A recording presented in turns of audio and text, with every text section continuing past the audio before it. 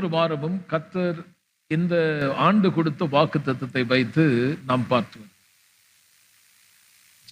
தேவனுடைய ஜனங்கள் கர்த்தரை மறந்தபடினாலே அது ஒரு பெரிய ஒரு ஒரு தாக்கத்தை ஏற்படுத்தியது. அது என்னவென்றால், அவர்கள் பொருளாதாரத்திலே மிகப்பெரிய ஒரு சரிவு உண்டானது.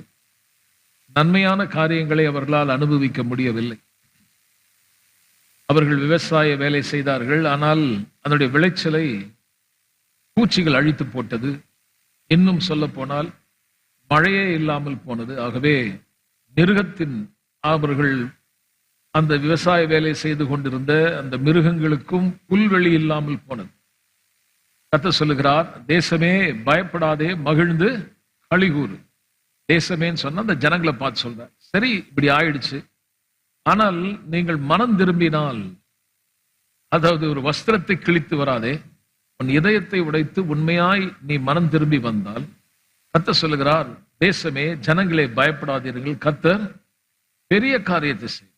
பெரிய காரியத்தை குறித்து சொல்லும் போது சொல்லுகிறார், முன்மாறி பின்மாறி மழையை நான் பொழிய பண்ணி, மிருகங்களும் அதில் புல்வெளிக்கு தேவையானவைகளும் நீங்களும் புசித்து திருப்தியாகி உங்கள் களஞ்சியங்கள் நிரம்பி இந்த திராட்சை தோட்டத்தின் பலன்களை நீங்கள் காண்பீர்கள் என்று கர்த்தர் சொன்னார். இதற்குரிய ஆவிக்குரிய அர்த்தத்தை நாம் பார்த்து வருகிறோம். நாம் ரட்சிப்பை பெற்று நம்முடைய வாழ்க்கையிலே தேவன் எதையெல்லாம் விரும்பவில்லையோ அது பிரியமில்லாத காரியத்தை முதலாவது அகற்றி போட்டு, பிறகு எப்படி தேவன் நம்முடைய வாழ்வை திரும்ப கட்டுகிறார். ஆக முதலாவது காரியம், சில காரியங்களை அகற்ற வேண்டியதாக இருக்கிறது. அதை நான் யோவான் 15ஆம் அதிகாரம் 2வது வசனத்திலே அதை நாம் பார்த்தோம். அந்த திராட்சை செடி, அந்த கொடிகள் நிறைய கனி கொடுக்கும்படி தேவையில்லாத கொடிகளை அறுத்து போடுகிறதை நாம் பார்த்தோம். காரணம் என்னவென்றால், அந்த கொடி மிகுந்த கனி கொடுக்கும்படி. ஆக நம்முடைய வாழ்க்கை மிகுந்த பலன் உள்ளதாக இருக்க வேண்டும் என்பதுதான் தேவனுடைய விருப்பம். சில நேரம் நம்முடைய வாழ்க்கையிலே இந்த அகற்றுதல் அப்படின்னு வரும்போது காலங்கள், சீசன், அதை குறித்து நம்ம பார்த்தோம். நட ஒரு காலம் உண்டு, பிடுங்க ஒரு காலம் உண்டு, கட்ட ஒரு காலம் உண்டு, இடிக்க ஒரு காலம் உண்டு, பெற்றுக்கொள்ள ஒரு காலம் உண்டு, இழக்க ஒரு காலம் உண்டு. That's a promise. நான் இதை எடுத்து காமிச்சேன். எதுவுமே நிரந்தரம் அல்ல, எல்லாமே சீசனல், அது மாறக்கூடியது என்பதை குறித்து நம்ம பார்ப்போம். அதை நம்ம விளங்கிக் கொள்றதுக்கு இதை நம்ம 2 கொரிந்தியர் 4ஆம் அதிகாரத்தில் இருக்கக்கூடிய வசனத்தை அவர் சொல்ல, இருளிலிருந்து வெளிச்சத்தை பிரகாசிக்க சொன்ன தேவன் இயேசு கிறிஸ்துவின் முகத்தில் உள்ள அறிவாகிய ஒளியை தோன்ற பண்ணும் பொருட்டு எங்கள் இருதயங்களிலே பிரகாசித்தார். இந்த மண்பாண்டத்துக்குள்ளே தேவனுடைய அறிவாகிய ஒளியை வச்சார். அதனால விசுவாசித்தேன் ஆகையால் பேசினேன் என்று எழுதியிருக்கிறபடி அவர் பேசுறார். என்ன பேசுறாருன்னா, எந்த பக்கம் நெருக்கப்பட்டும் நாங்கள் ஒடுங்கி போகிறதில்லை. எப்படி அப்படி பேச முடியுதுன்னு பார்த்தீங்கன்னா, இந்த மண்பாண்டத்துக்குள்ளே தேவனுடைய வெளிப்பாடு. அதை நம்ம புரிந்து கொள்றதுக்கு நியாயாதிபதி புத்தகத்துல ஜட்ஜஸ்ல இருந்து கிதியோனுடைய ஒரு ஸ்டோரியை நான் எடுத்துக்காட்டேன். அந்த யுத்தம் நடக்குது. அந்த யுத்தம் நடக்கும்போது ஒரு ஸ்ட்ராட்டஜி அல்லது ஒரு யுக்தியை சொல்லி கொடுக்கிறாரு. மண்பாண்டத்தை எடுத்து அந்த மண்பாண்டத்துக்குள்ளே தீவெட்டியை வையுங்கள், யுத்தத்துக்கு போறாங்க. அந்த பானையை நீங்கள் உடைத்து தீவெட்டியை உயர்த்தி பிடித்து எக்கால சத்தத்தை நீங்கள் வலது கையில எக்காலத்தை பிடித்து ஊதுங்கள். பிறகு அறிக்கை சொல்லுங்க, கிதியோனின் பட்டயம் கர்த்தரின் பட்டயம் சொல்லுங்க. அதை எடுத்துதான் 2 கொரிந்தியர் 4ஆம் அதிகாரத்துல பவுல் நமக்கு அதை குறித்த அர்த்தத்தை எழுதுறார்.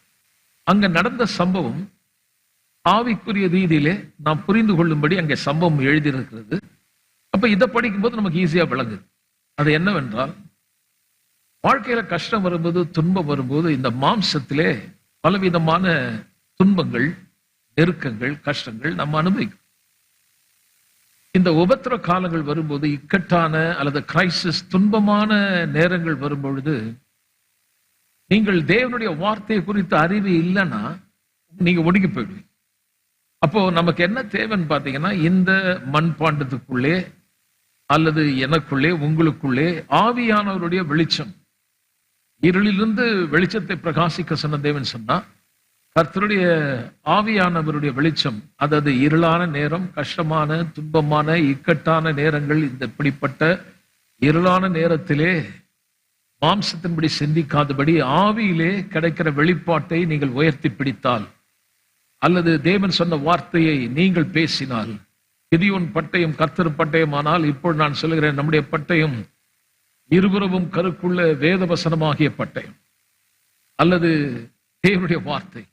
ஆதியிலே வார்த்தை இருந்தது, அந்த வார்த்தை தேவனிடத்தில் இருந்தது. அந்த வார்த்தை அப்ப இயேசுவை உயர்த்தி பிடிக்கும் போது, அல்லது அவர் செய்து கல்வாரி சிலுவிலே செய்து முடித்த மகத்துவத்தை அறிந்து நீங்கள் விசுவாசத்தினாலே பேசும்போது, நாம் இந்த யுத்தத்திலே, இந்த நெருக்கத்திலே, பவுல் சொல்கிறார், என்ன மாதிரி நெருக்கம் வந்தாலும் நாங்கள் என்ன ஆக மாட்டோம், ஒடுங்கி போக மாட்டோம். சரி, இப்போ மூணாவது காரியத்தை வரைக்கும் நம்ம வந்தோம்.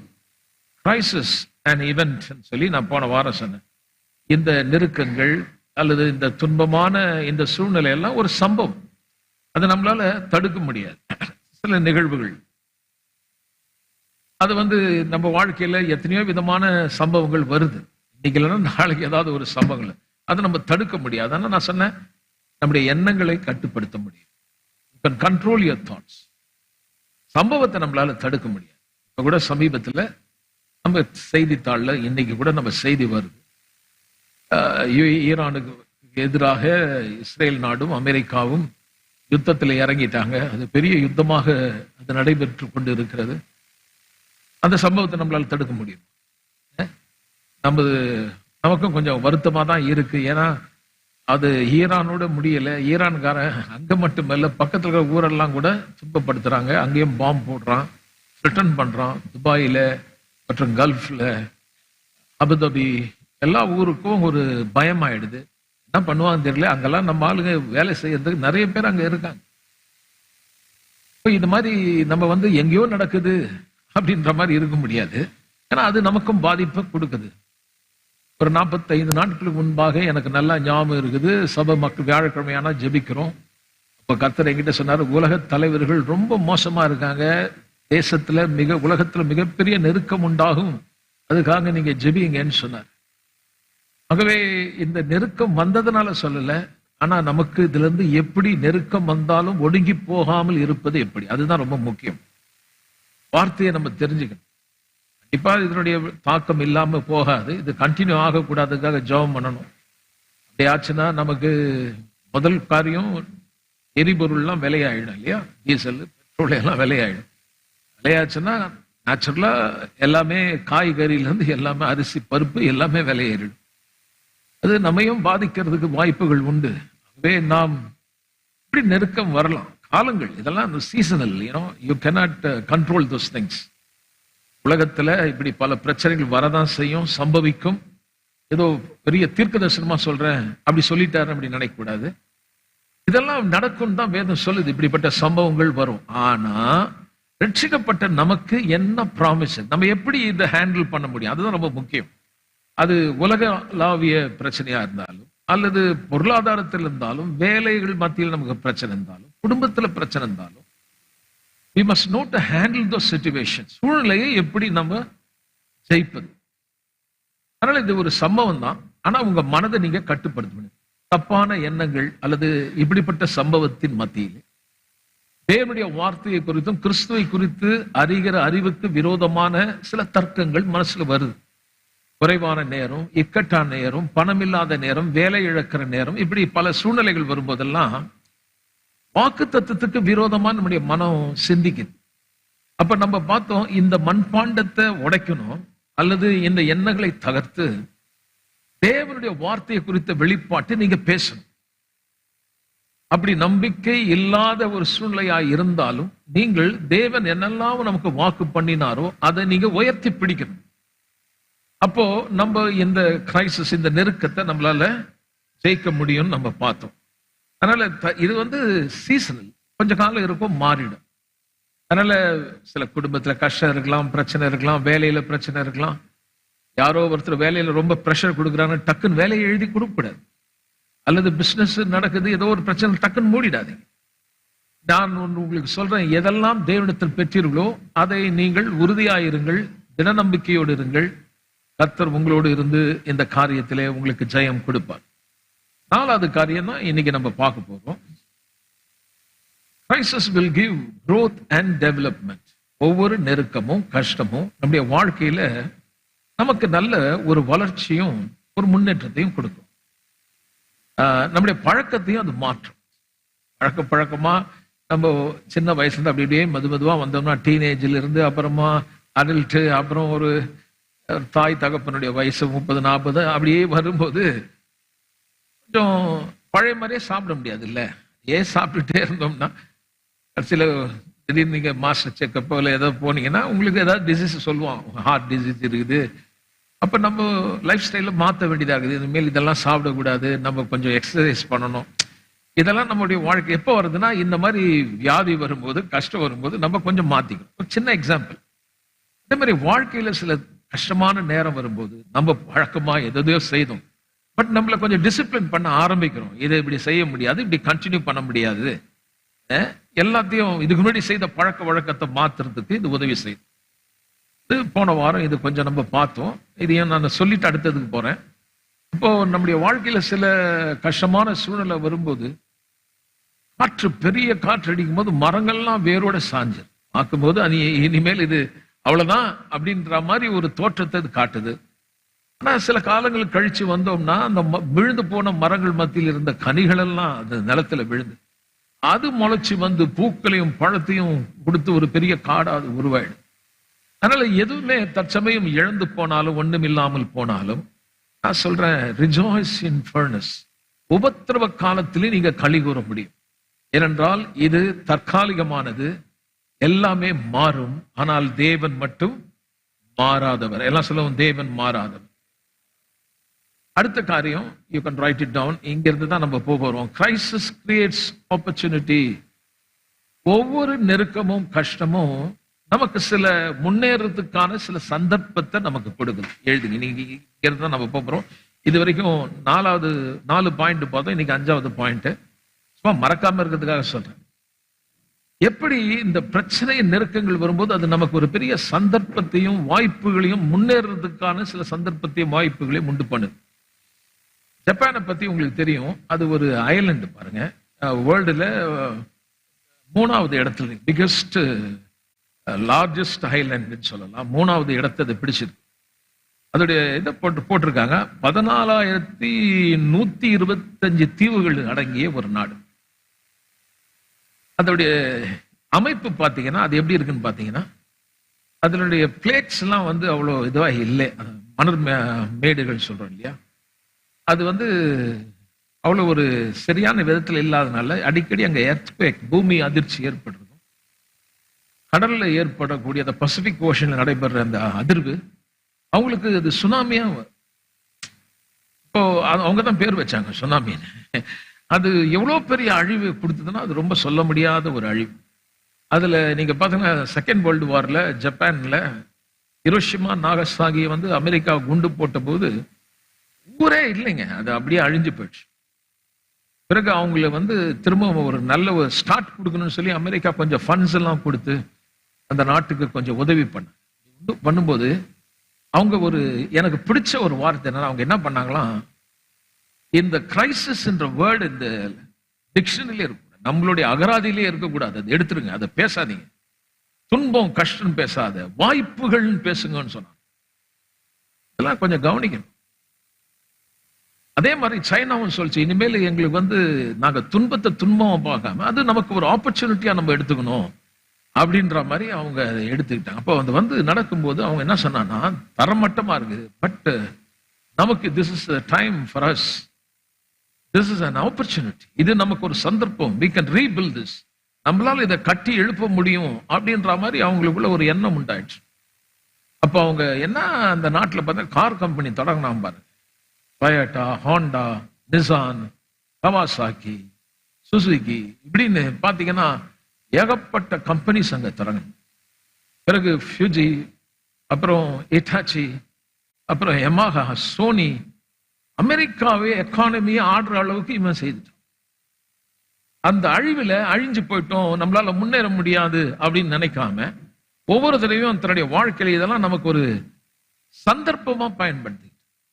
வாழ்க்கையில கஷ்டம் வரும்போது நம்ம அதுதான் நிரந்தரமானதுன்னு சொல்லக்கூடாது. இன்னைக்கு நீங்க நல்லா இருக்கலாம், ஆனா நாளைய தினம் நமக்கு சில நேரம் பிரச்சனைகள் வந்ததுன்னா எப்படி ஹேண்டில் பண்றதுதான் நான் பேசிட்டு இருக்கேன். அதை நீங்க கவனிக்கணும். சில பேர் என்ன பண்றாங்கன்னா, கோயிலுக்கு வராங்க, நல்லா இருக்குது, கர்த்தர் ஆசீர்வச்சிருக்காரு. பிரச்சனை வரும்போது அவங்களால தொடர்ந்து சபைக்கு வர முடியல, ஜெபிக்க முடியல, நம்பிக்கை இழக்கிறாங்க. உடனே சொல்றாங்க, கர்த்தர் பாருங்க என்ன இப்படி விட்டாரு. இல்லைங்க, இந்த உலகத்துல நமக்கு இந்த பிரச்சனை எல்லாம் அந்த சந்தர்ப்பம், இந்த மாதிரி வாய்ப்புகள் அப்படி எடுத்துக்கணுமே ஒழிய எனக்கு கஷ்டமே இல்லாம வாழ முடியும்னு நினைக்க கூடாது. பிரச்சனைகள் இருக்கும். சில நம்ம முன்னேறணும்னா இந்த கம்ஃபர்ட் ஜோன்ல இருந்து வெளியே வரணும்ன்றது எல்லாருக்கும் தெரிஞ்ச விஷயம் தான். உங்களுக்கு தெரியும், கிங் ஆஃப் பேர்டு, அது பறவைகளே ராஜாளி அப்படின்னு சொல்லிட்டு கழுகுக்கு பேர் வச்சிருக்கு. ராஜாளி கழுகு. அது பாத்தீங்கன்னா சிறகு பாத்தீங்கன்னா அதோடைய விங்ஸ் பாத்தீங்கன்னா இந்த பக்கம் ஒரு 7 அடி, அந்த பக்கம் ஒரு 7 அடி, பாருங்க 14 அடி அகலம். அதுக்கு அவ்வளவு பெரிய பேர்டு. ரொம்ப ஒரு உயரமான மலையில தான் அது வந்து கூட கட்டுது. அதுல பாத்தீங்கன்னா ஒருத்தர் சொல்றாரு, 1 டன்ல இருந்து 1.5 டன், அதாவது 1500 கிலோ வெயிட் உள்ள ஒரு கூண்டு அது கட்டுமா. எனக்கு அதை யோசிச்சு பார்க்கும்போதே ஆச்சரியமா இருக்கு. 1000 கிலோனாலுமே அது பெரிய விஷயம். அதுக்கு மேலேயே கட்டிடுமா சில நேரத்துல.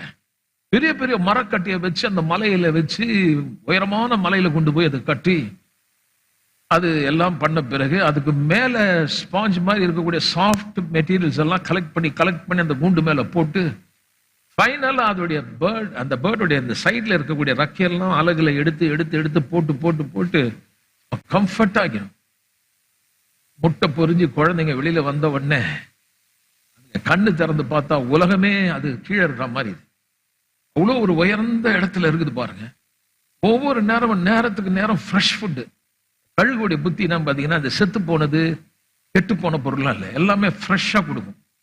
பிள்ளைங்க நல்லா வளர்ந்த பிறகு அது நினைச்சிருக்கு, இதுதான் உலகம், என்ன அழகா இருக்குது, நமக்கு ஒரு நல்ல அப்பா அம்மா, நேரத்துக்கு ஏத்த மாதிரி நம்மள மாதிரி ஒரு உயரமான இடத்துல எவன் இருக்கான், எங்களை மாதிரி யாருமே இல்லை, நாங்க தான் டாப்ல இருக்கோம், எங்க அப்பா அம்மாவும் எங்களை நல்லா வளர்த்துருக்காங்க அப்படின்னு அது இருக்கும்போது திடீர்னு பார்த்தா அந்த பேர்டு வளர்ந்து வந்த பிறகு அந்த கூடுக்கு நேரா தன் செட்டை அடிச்சு படபடன்னு அடிக்குமா. மேல எழும்பி அடிச்ச உடனே உள்ளகிற ஸ்பாஞ்சு கீஞ்சு எல்லாம் போய் வெறும் குச்சா இருக்கும். அதுக்கு நினைக்குது, என்ன பண்றாங்க நம்ம அம்மா அப்பா, இவ்வளவு நாள் வேலைக்கு சோறு போட்டு நம்மளுக்கு நிக்க கூட விட முடியாம இவ்வளவு ஒரு கஷ்டத்துல வச்சுட்டாங்களே. ஒவ்வொரு வளர்ச்சிக்கும் முன்னேற்றத்துக்கும் சில பாடுகள் இருந்து பாருங்க. அங்கேயே உட்கார்ந்து இருக்க முடியாது, கத்துக் கொடுக்குது. நீ இதே இடத்துல இருக்க முடியாது, நீ எழும்பணும், என்ன மாதிரியே நீ பறக்கணும் அப்படின்னு சொல்லி அதுகிட்ட அது அடிச்ச உடனே அது குத்திட்டு இருக்கும்போது கஷ்டப்படும் போது அதுக்கு அப்படி எழும்பின உடனே அந்த ரக்கையை விழிக்கும் போது இந்த குஞ்சுங்க வந்து மேலே ஏறி உட்காந்துக்கும். எத்தனையோ கிலோமீட்டர் ஹைட்டுக்கு மேல போயிடுமா. அது 10 கிலோமீட்டர் 12 கிலோமீட்டர் ஹைட்ல கொண்டு போயிட்டு டக்குன்னு 2 ரக்கையும் மூடிடும். மூடின பிறகு ஃப்ளை ஆர் டை, போ, ஒண்ணு பற இல்ல செத்துரு. அந்த நிலையில தள்ளும் போது அதுக்குள்ள இன்ஸ்டிங்க்ட் எல்லாருக்குள்ளயும் நமக்குள்ள இருக்குது பாருங்க. நீங்க ஸ்விமிங் கத்துக்கணும்னா நீங்க வந்து ஒரு 3 அடி ஆழத்துல போயிட்டு போனீங்கன்னா நீங்க கத்துக்கவே மாட்டீங்க. அதுல ஜாலியா நடந்துங்கன்னு ஸ்விம் பண்ற மாதிரி அப்படி ஆக்ஷன் எல்லாம் பண்ணிட்டு இருக்கோம். தூக்கின்னு போய் 22 அடி ஆழத்துல போட்டோம்னா ஆட்டோமேட்டிக்கா வந்துடும். ஏன்னா கைய கால தானே உதைப்போம், நம்ம சாவணுன்ற மாதிரி இருக்காது. எப்படியாவது ஒண்ணு அதை நீந்தணும்ன்றது ஒரு உள்ள இருந்து வருது பாருங்க. அப்பதான் கத்து கொடுக்குறாங்க, அப்படிதான் கத்து கொடுப்பாங்க. 3 அடி ஆழத்துல எவனும் கத்து கொடுக்க முடியாது. தூக்கின்னு போய் குழியில போட்டாதான் நமக்குள்ள எழும்பக்கூடிய சக்தி இருக்குது. ஏன் இந்த கதையை சொன்னா, நல்லா கவனிங்க. நீங்க உங்களை உருவாக்கின தேவன் ராஜாதி ராஜன். நீங்க கீழே இருக்க வேண்டியவர்கள் அல்ல, நீங்கள் மேலே எழும்ப வேண்டிய பிள்ளைகள். துன்ப நேரங்கள் வரும்போது, கஷ்டம் வரும்போது, ஐயோ எனக்கு ஏன் கஷ்டம், ஏன் என்ன கர்த்தர் கைவிட்டார் நினைக்காதீங்க. அவருக்கு காட்ட வேண்டியது ஒரு பாடம். இந்த பாடத்தின் வழியாக சொல்றேன், நீங்கள் அழிவுள்ள வித்தினால் அல்ல, அழியாத வித்தினாலே மறுபடியும் பிறந்த நீங்கள் அவரை போலவே இருக்கிறபடினாலே இந்த மதிலை தாண்ட பலத்தை கர்த்தர் உங்களுக்கு கொடுத்திருக்காரு. எதையும் செய்ய உங்களுக்கு பலன் உண்டு.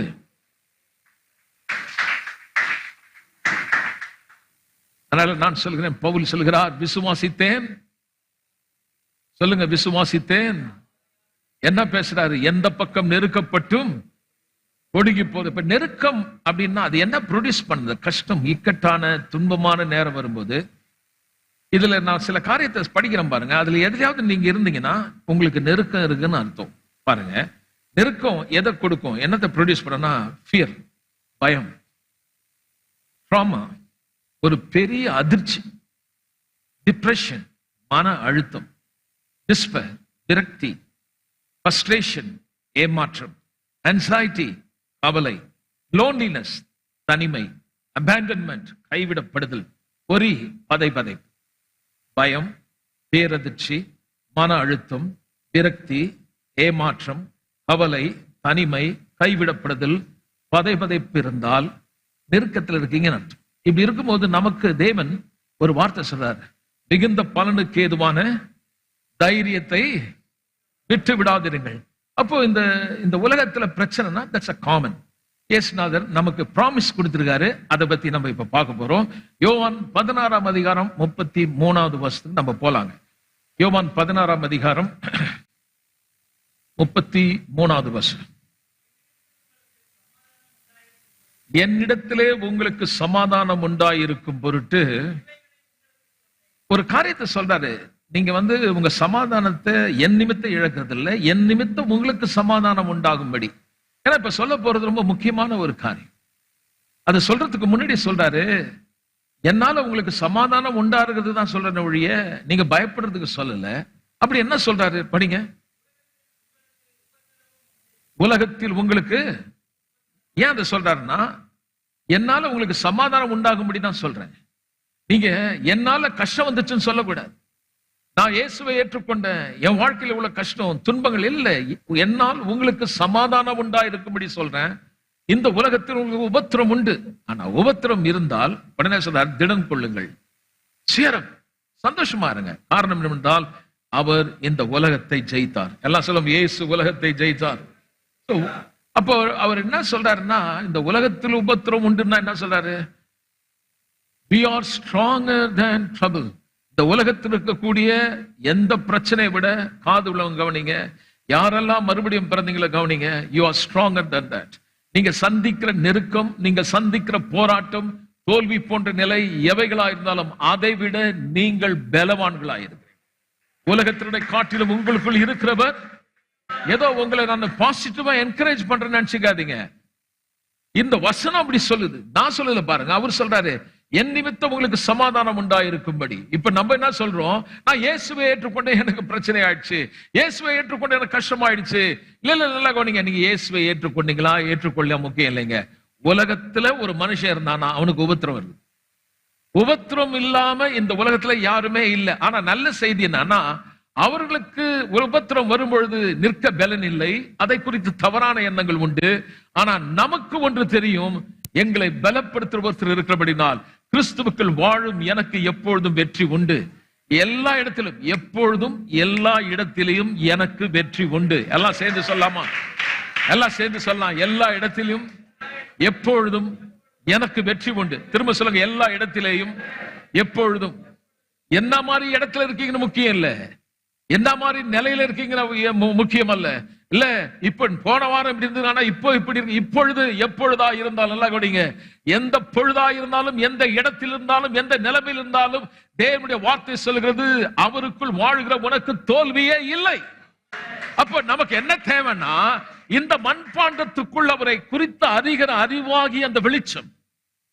அப்ப இந்த கிதியோன்ல, அந்த யுத்தத்துல அந்த யுக்தியை குறித்து சொல்ற ஸ்ட்ராட்டஜி என்னன்னா, இந்த யுத்தம் இருக்கும், ஆனா எப்படி ஜெயிக்க போற? மாம்சத்தோட நீங்க நேருக்கு நேரா சண்டை போட சொல்றாரா, இல்ல ஏதாவது ஒரு ஆயுதத்தை எடுத்து போட சொல்ற? இல்ல, எங்கள் போர் ஆயுதங்கள் மாம்சத்துக்கு ஏதுவானவைகள் அல்ல. எப்பொழுதெல்லாம் எனக்கு நெருக்கம் வருகிறதோ, போராட்டம் வருகிறதோ, கஷ்டம் வருதோ, துன்பம் வருதோ, தேவனை குறித்து நான் அநேக காரியத்தை கேள்விப்பட்டேன், இயேசுவை குறித்த அறிவு எனக்கு உண்டு. ஆனால் அந்த அறிவும் கேள்விப்பட்ட காரியத்துக்கு விரோதமாய் ஆர்குமெண்ட் அல்லது தர்க்கங்கள் மனதிலே வரும்பொழுது, நீ ஆராதித்த தேவன் எங்கே, உன்னை மறந்து விட்டாரா என்ற தவறான எண்ணங்கள் வரும்பொழுது சொல்றாரு, அந்த பானையை கீழே போட்டு உடை, அந்த எண்ணங்களை தகர்த்து போடு, எந்த அரண்களையும் நிர்மூலமாக்க உங்களுக்கு தீவட்டியாகிய வெளிச்சம் உனக்கு உண்டு. நல்ல கரலை தட்டி நாம் தேவனை துதிப்போம். அந்த வெளிச்சம் சொல்ல மகா மேன்மையான மகத்துவமான வல்லமை. உனக்குள்ளே வல்லமை உண்டு மகளே. மகளே, நான் சொல்கிறேன், உனக்குள்ளே ஒரு சக்தி இருக்கிறது. உன்னை அழைத்தவர் உன்னை பலவீனமாய் உன்னை அழைக்கவில்லை. என்றைக்கு நீ வந்தாயோ, அழிவுள்ள வித்தினால் அல்ல, அழியாத வித்தினாலே மறுபடியும் பிறந்திருக்கிறபடினாலே அவருடைய பலன், அவருடைய ஆற்றல், அவருடைய சக்தி உனக்குள் இருக்கிறபடினால் தோல்வி இல்லையே. நம் தேவன் பெரியவர். அப்போ இயேசுநாதர் சொல்றாரு, இல்ல, இந்த பிரச்சனையை விட you are stronger than this trouble. இந்த பிரச்சனையை விட உனக்கு பலன் உண்டு. அப்ப யோவான் எழுதுறார் பாருங்க, அந்த பலன் என்ன? எப்படி நான் ஜெயிப்பேன்? உபத்திரவத்துல எப்படி ஜெயிப்பேன்? பாடுகளை எப்படி ஜெயிப்பேன்? நீ போ, கோயிலுக்கு போ, பாஸ்டர் இருப்பாரு, அப்படியே ஜெபம் பண்ணி உன்னை சரிப்படுத்துவாருன்னாரா? என்ன மாதிரி தப்பு தப்பா பண்ணாங்க பாரு. கை வச்சு ஜெபம் பண்ணி, ஆண்டவரே இந்த பிரச்சனையை மாத்தணும். நீங்க கொஞ்சம் கவனிங்க. ஒரு கூட்டத்துக்கு போறீங்க, அல்ல ஒரு 20 வியாதிஸ்தாங்கிறானா, 20 வியாதிக்காரர்களை எந்த பாஸ்டர் சுகப்படுத்திருக்காரா? சொல்லுங்க. சுகப்படுத்திருக்காரு. 2 பேருக்கு கிடைக்கும், 10 பேருக்கு கிடைக்கல. ஏன் அமைதி ஆயிட்டீங்க? இயேசுநாதரே எடுத்துங்க, ஊழியம் பண்ணாரு, எல்லா சத்தியனும் உயிரை எழுப்பினாரா? இயேசுநாதர் வீடு வீடா போய், யார் வீட்டுல சாவு நடந்திருக்கு சொல்லுங்க, தோத வந்துட்டேன், நானே ஜீவனாய் இருக்கேன்னு சொல்லி எல்லாரும் எழுப்பி விட்டாரா? எல்லா குஷ்ரோகியும் சுகமாக்குனாரா? இல்ல. நீங்க ஊழியத்துல வரும்போது ஒரு எக்ஸாம்பிள் இயேசு மனுஷனா வந்து செய்து காட்டுறார். சொல்றாரு, இன்னொரு மனுஷனால நீங்க வாழ போறது இல்ல, அவர் விசுவாசத்துல நீங்க வர முடியாது. ஒருவேளை என் விசுவாசத்தை கொண்டு உங்களுக்கு எல்லாம் செய்யணும்னா ஒருவேளை நீங்க என்ன டிபெண்ட் பண்ணலாம். பட் அப்படி வைக்கல.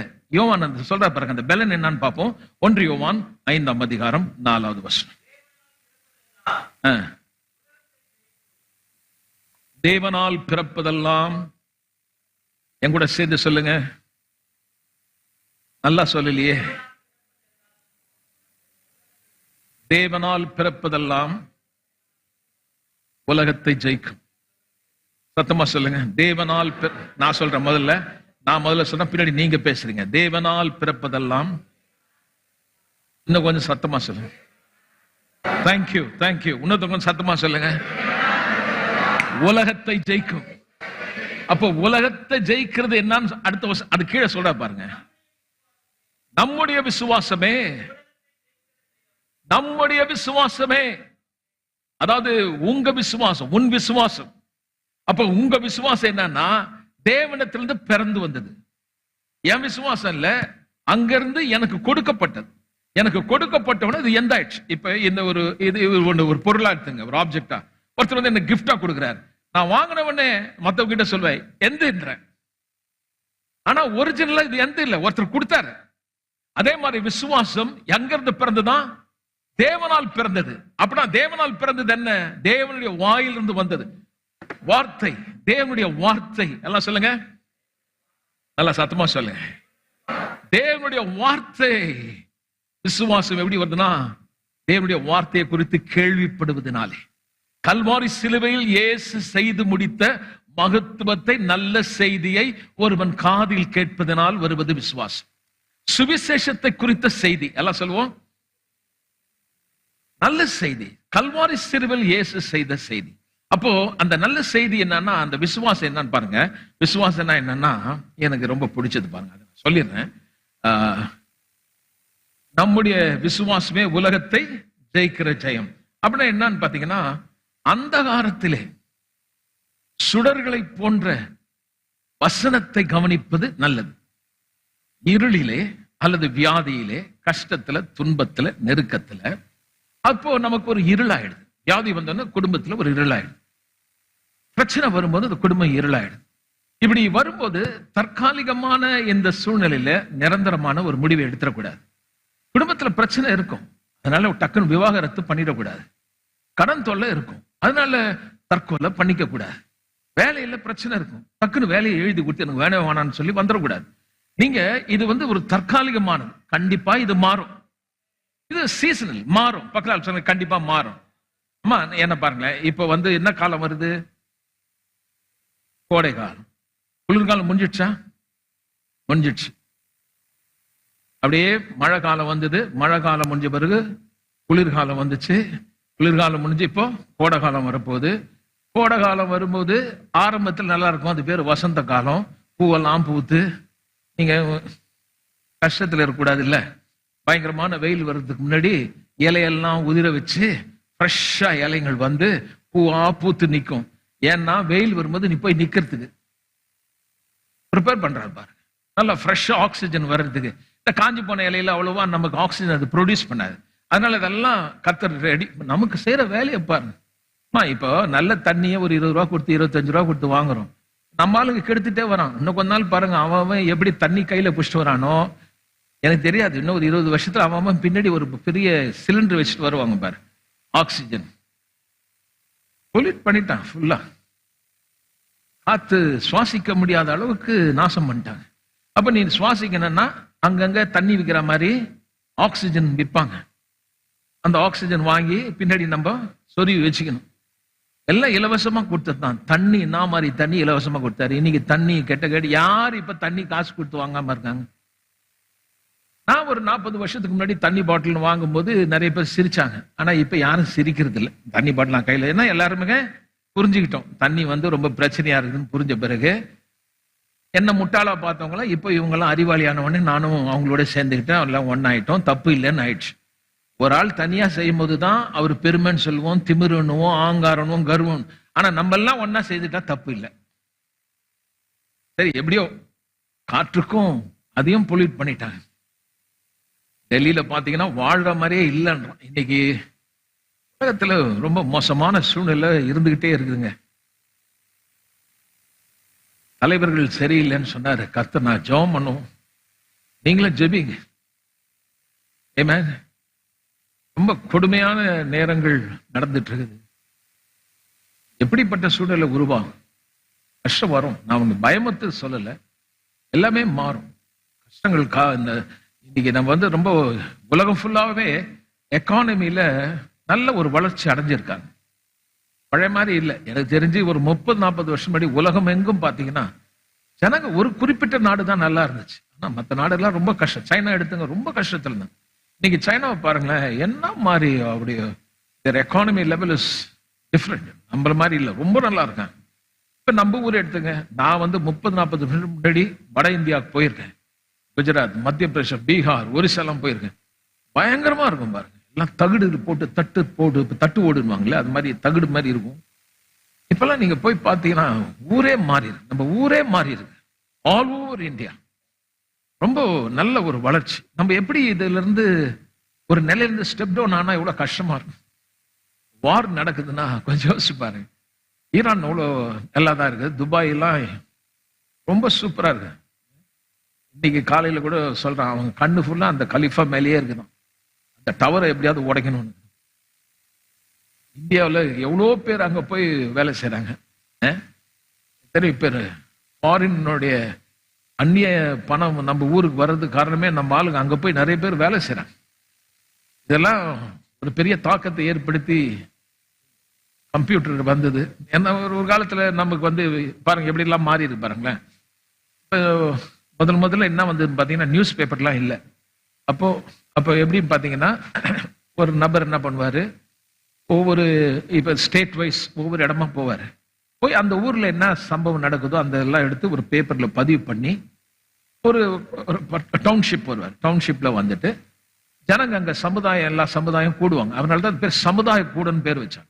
அங்க இந்த பகுதியில இது நடந்தது, ஈரோட்ல அது நடந்தது, அது நடந்தது அப்படின்னு ஒவ்வொரு பகுதியில இருந்து படிப்பார், எழுதிட்டு படிப்பார். கொஞ்சம் காலங்கள் மாறின பிறகு பிரிண்டிங் பிரஸ் வந்த பிறகு பேப்பர்ல வந்தது. பிறகு பிரிண்டிங் பிரஸ் பேப்பர் வந்த பிறகு அப்புறம் ரேடியோ வந்தது. அப்புறம் ரேடியோல இருந்து டிவி வந்தது.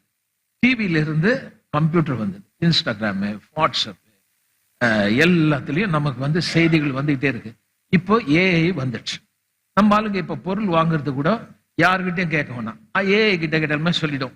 இது போட்டோ எடுத்து இது என்ன வாங்கலாமா வாங்கக்கூடாதுன்னு சொன்னா அது டிஸ்கிரிப்ஷன் ஃபுல்லா கொடுத்துரும். ஒரு மாத்திரை வாங்குறீங்கன்னா அதை கிளிக் பண்ணி போட்டோல கேட்டீங்கன்னா என்னென்ன சைடு எஃபெக்ட், அந்த டாக்டரே தேவையில்லை பொழுது. இப்படியே பழகிட்டு திடீர்னு ஒரு நாள் எல்லாமே சரிஞ்சிச்சுன்னா எப்படி இருக்கும்? எப்படி மேனேஜ் பண்ணுவோம்? நம்ம சாப்பிட்ற சாப்பாடுலாம் மாத்திட்டோம். அமைதி ஆயிட்டீங்க. இருக்கிற பிள்ளைங்களை கேட்டா உனக்கு என்னடா பிடிக்குன்னு கேட்டா ஃப்ரைட் ரைஸ்ன்றான், பர்கர்ன்றான், பர்கர், பீட்சா, அது என்னதான் தெரியாது, ஃபிங்கர் லிக்கிங் சிக்கன்றான். எங்க அம்மா காரக்குழம்பு செய்தாலுமே கையை நக்கி தான் நான் சாப்பிட்டேன். இவன் இப்ப புதுசா கண்டுபிடிச்சு இப்ப சொல்றான், எங்க கோழியை சாப்பிட்டா கையை நக்குவேன், இது பேர் ஃபிங்கர் லிக்கிங், கையை நக்குற சிக்கன் பேர் போட்டிருக்கான். அவன் சொன்னா கையை நக்கிற நாய் நக்குற மாதிரி நக்குறேன். இப்ப இவன் விளம்பரம் கொடுக்குறான், கை நக்கி சாப்பிடுறது நல்லது. ஒரு காலத்துல நம்ம பல்லு தேய்க்கும் போது உப்பு வச்சு தேய்ச்சோம். அப்ப சொன்னா பாரு, மிருகம் மாதிரி உப்பு குச்சி வச்சு தேய்க்கிறான். இப்ப அவன் சொல்றான், உப்பு இருக்கிறதா கறி இருக்குதான்னு கேக்குறான் நம்மள பார்த்து. நம்ம நல்லாதான் இருந்தோம், கொஞ்சம் கொஞ்சமா மாத்திட்டாங்க. இப்ப நம்ம அப்படியே பழக்கங்கள் பாருங்க எப்படி வாழ்க்கையில என்ன மாதிரி பழக்கங்கள்லாம் மாறுது. நெருக்கம் வரும்போதும் காலங்கள் மாறும் போதும் நம்முடைய பழக்கங்களும் மாறுது. ஆனா எது மாறினாலும் மாறாத ஒரு தேவன் இருக்கிறார் பாருங்க. அவர் சொல்றாரு, இதனால நீ மாறாத, நான் மாறாதவர் எங்கூட இருந்தால் இவைகள் உன்னை மாற்றாது. என்ன மாதிரியான சூழ்நிலைகள் மாறலாம். நான் இங்க இருந்து பிரெடிக்ட் பண்ணி, நான் இங்க இருந்து ஒரு தீர்க்கதரிசனமா இது நடக்கும் அது நடக்கும் நான் சொல்ல வரல. எது நடந்தாலும் வேதம் சொல்றத உங்களுக்கு அறிவை நான் புகற்றேன். மாறாத ஒரு தேவன் இருக்கிறபடினால் வருங்காலங்களாலும் நிகழ்காலங்களாலும் உபத்திரவமானாலும் நாசமானாலும் மோசமானாலும் இயேசுவின் அன்பை விட்டு நம்மை ஒன்றும் பிரிக்க முடியாது. கிறிஸ்துவுக்குள் வாழுகிற எனக்கு எதிர்ப்பின் மத்தியிலே தோல்வி என்பது இல்லை. எப்படிப்பட்ட நிலையா இருந்தாலும் என்னை கரம் பிடித்தவர் உண்மை உள்ளவர். ஆமென். அப்ப விசுவாசம் என்னன்னா, அந்தகாரமான நேரத்திலே சுடர்களை போன்ற வசனத்தை கவனிப்பது. எழுதிக்கங்க. விசுவாசம் என்ன? அந்தகாரமான நேரத்தில் சுடர்களை போன்ற வசனத்தை கவனிப்பது. அப்ப வியாதி வரும்போது ஒரு அந்தகாரம், ஒரு இருள். அப்போ அந்த நேரத்துல வெளிச்சத்தை, வெளிப்பாட்டை கொடுக்கிற வசனத்தை பார்க்கணும். கவனிக்கிறீங்களா? தீவெட்டியை அப்ப உயர்த்தணும், பானையை உடைக்கணும். மாம்சம் சொல்லும், நீ பலவீனம், உனக்கு நோய் இருக்கு, அது உனக்கு இருளை கொடுக்குது, உனக்கு அழ வைக்குது, உன்னை பயமுறுத்துது, சத்ருவமா என்ற ஒரு எண்ணத்தை கொடுக்குது. அப்ப நான் என்ன பண்றேன், அந்த எண்ணங்கள் என்னை தாக்கும் போது அந்த பானையை உடைச்சு அந்த எண்ணங்களை தகர்த்து இந்த இருளிலே சுடரை போன்ற அந்த வசனத்தை எடுத்து உயர்த்தி பிடித்து சொல்றேன், ஆண்டவரே சொன்னவர் நீர் உண்மை உள்ளவர். காலங்கள் மாறினாலும் சூழ்நிலைகள் மாறினாலும் வியாதி என்னை தாக்கினாலும் உங்க வசனம் மாறவே மாறாது. எழுதியிருக்கிறதே, நான் சுகமானேன். அப்படி கவனிக்கணும். ஆமென்.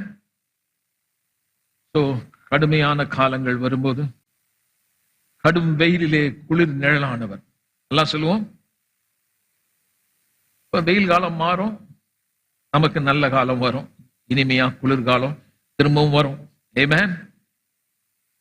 I don't know if you go through problem, if you have a crisis, நீங்க பிரச்சனையில் யாராவது கஷ்டத்தில் இருந்தா இது பெர்மனன்ட் கிடையாது, மாறிடும். உங்க துக்கம் மாறும். எல்லாம் காத்தடிச்சு ஒண்ணுமே இல்லை, எல்லாம் தரமட்டம் ஆயிட்டாலும் திரும்ப சொல்றேன், சுக வாழ்வு திரும்பவும் துளிர்த்து வரும். That's a promise. நம் தேவன் வாக்கு பண்ணி இருக்கிறார். எல்லாம் சொல்லும், தேவன் வாக்கு பண்ணி இருக்கிறார். ஹல்லேலூயா. அப்ப எப்படி செய்யறாரு, இந்த மாற்றங்கள் உண்டு பண்றது எப்படி பண்றாரு நம்ம பார்க்கலாம். திரும்ப நம்ம ப்ராமிஸ் பண்ணலாம், இந்த வருஷத்துக்கு கொடுத்த ப்ராமிஸ் பண்ணலாம். யோவேல் 2ஆம் அதிகாரம் 23. பாருங்க, நான் இது எங்கேயும் போல, இந்த ப்ராமிஸை வச்சுதான் நான் உங்களுக்கு ஒவ்வொரு இடத்துல இருந்தும் பிரிச்சு எடுத்து காட்டிக்கிட்டே வரேன். யோவேல் 2ஆம் அதிகாரம் 23வது வருஷத்துக்கு நம்ம போலாம்.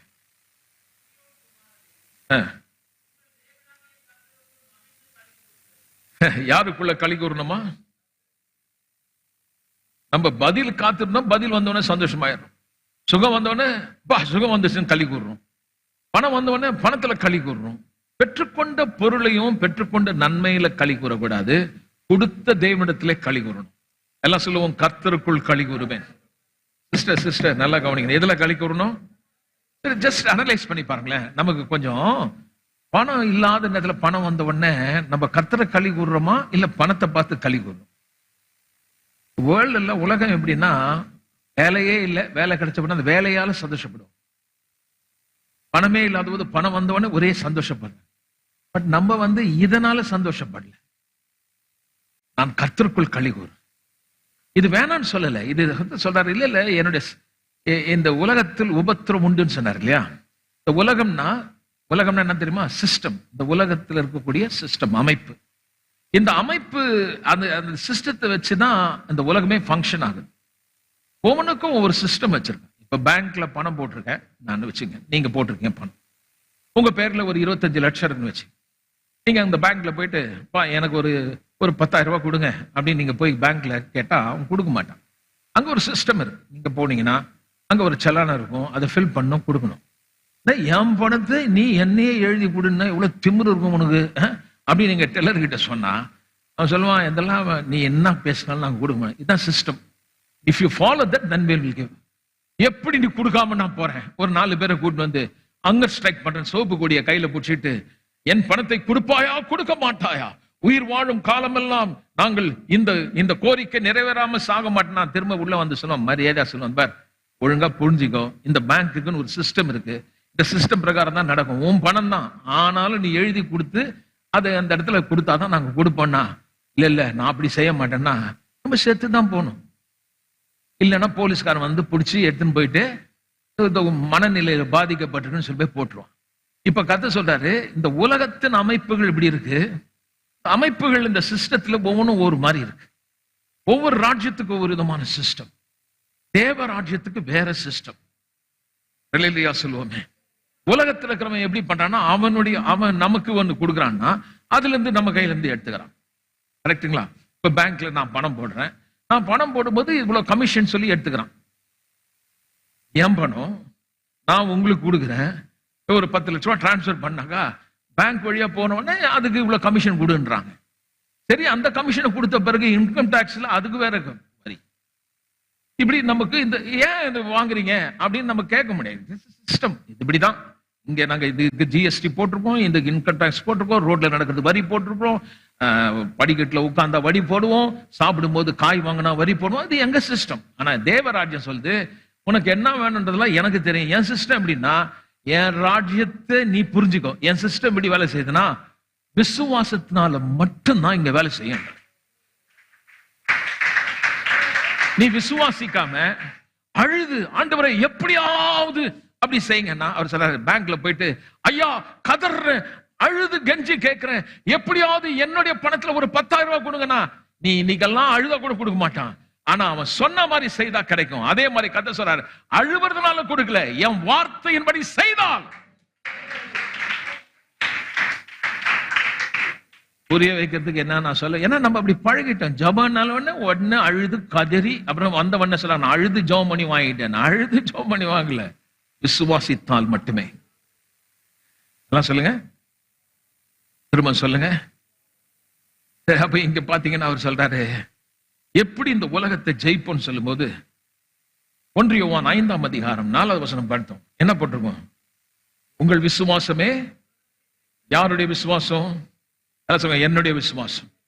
அப்போ அவருடைய விசுவாசம் சொல்லுமா சொன்ன, இருள் நிறைந்த இடத்திலே அந்தகாரத்திலே தேவனுடைய வசனத்தை விசுவாசிப்பது. 23வது வசனம் நம்ம படிச்சிருவோம். 2ஆம் அதிகாரம்.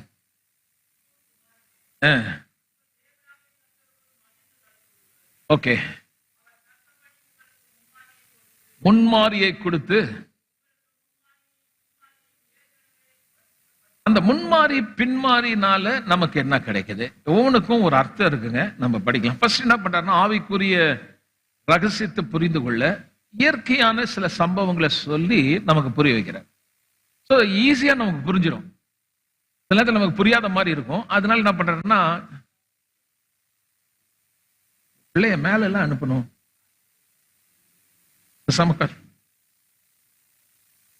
முன்மாறி பின்மாறி அந்த ஒரு மழையை குறித்து ஒரு சீசனை பத்தி சொல்லிட்டு நமக்கு புரிய வைக்கிறார். இந்த முன்மாறி எதுக்குன்னா, விவசாயிகள் நிலத்துல ஏர் விழுது அவங்க விவசாயம் செய்யறதுக்கு முன்னாடி ஒரு மழை பெய்யும். அந்த மழை பெய்யும் போது என்ன பண்றாங்கன்னா, அந்த நிலத்தை பண்படுத்தி அதுல விதைய போடும். விதைய போட்ட பிறகு அது வந்து இஸ்ரேல் நாட்டில் எந்த மாசம் பாத்தீங்கன்னா, இது சொல்லுது பாருங்க, முன்மாறி வந்து பாத்தீங்கன்னா October and November. That's a farming season. அதுதான் முன்னாடி அந்த மழை பெய்யும் போது அப்ப அவங்க வந்து அந்த விதையை கொண்டு போய் விதைக்கிறாங்க. Then it says about later rain, அது பின்மாறி மழை. அது வந்து ஹார்வெஸ்ட் சீசன், அறுவடையின் காலம், மார்ச் அண்ட் ஏப்ரல். இப்போ அந்த மார்ச் ஏப்ரல் இந்த அறுவடை சீசன் வரும்போது, இப்போ நம்ம வந்து விவசாயம் வந்து பம்ப் செட்டு போட்டு நம்ம தண்ணி போடுறோம். அது அந்த அறுவடை நேரத்துல அந்த தண்ணியை நல்லா வேர்ல பாசும்போது தேவையான தண்ணி போகும்போது அந்த விதைகள்லாம் நல்லா முதிர்ந்து நல்லா பழம் நல்லா வரும் அது செடியில. ஸோ கர்த்தர் என்ன பண்றா, அந்த காலத்துல மேல இருந்து மழையை கொடுத்து அது மெச்சூரிட்டி ஆக முடியும், அந்த முதிர்ச்சி அடைய மெச்சூர்ட் ஆகிறது, அது முதிர்ச்சி அடைய முடியும். எல்லாம் சொல்லுங்க. அப்போ முன்மாறி நமக்கு வந்து God gave the new birth, ஒரு புது பிறப்பை கர்த்தர் நமக்கு கொடுத்தார்.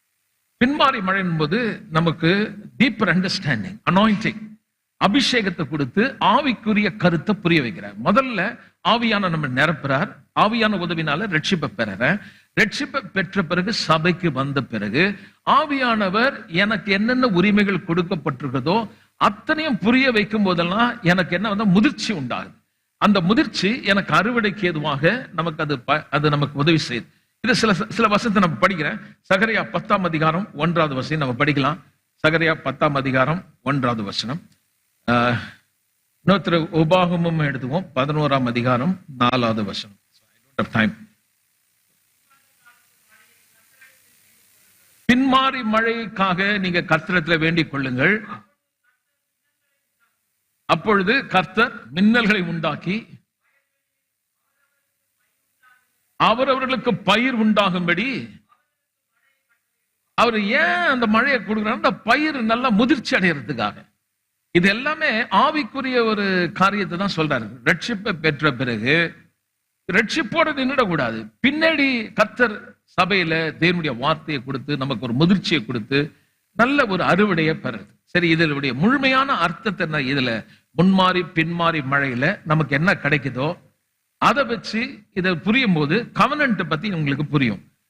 ஓகே, அதை நம்ம பார்க்கலாம். உபாகம் 11ஆம் அதிகாரம் 14வது வசனத்துக்கு நம்ம போலாம். உபாகம் 11ஆம் அதிகாரம்.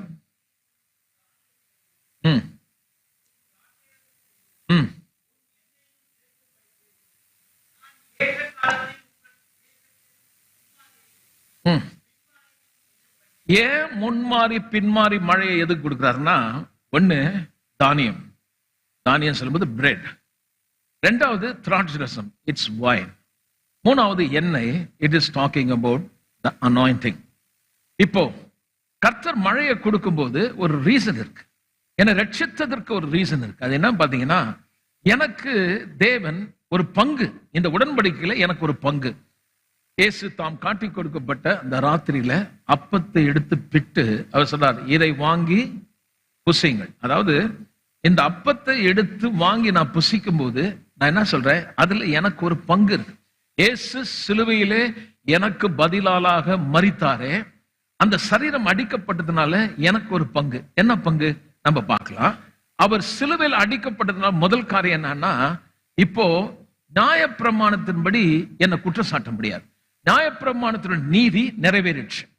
நியாயப்பிரமாணம் சொல்லுது நான் தண்டிக்கப்படணும். ஏன்னா ஆதாம் செய்த பாவத்தின் விளைவினால அந்த பாவம் மரணம் என்ற பிரமாணத்தின் கீழே நான் இருந்தேன், சாபத்தின் கீழ் இருந்தேன். என் மேல ஏற்கனவே நான் பிறக்கிறதுக்கு முன்னாடியே நான் தண்டிக்கப்பட வேண்டும் என்ற ஒரு தீர்ப்பு எல்லார் மேலேயும் இருந்துச்சான்.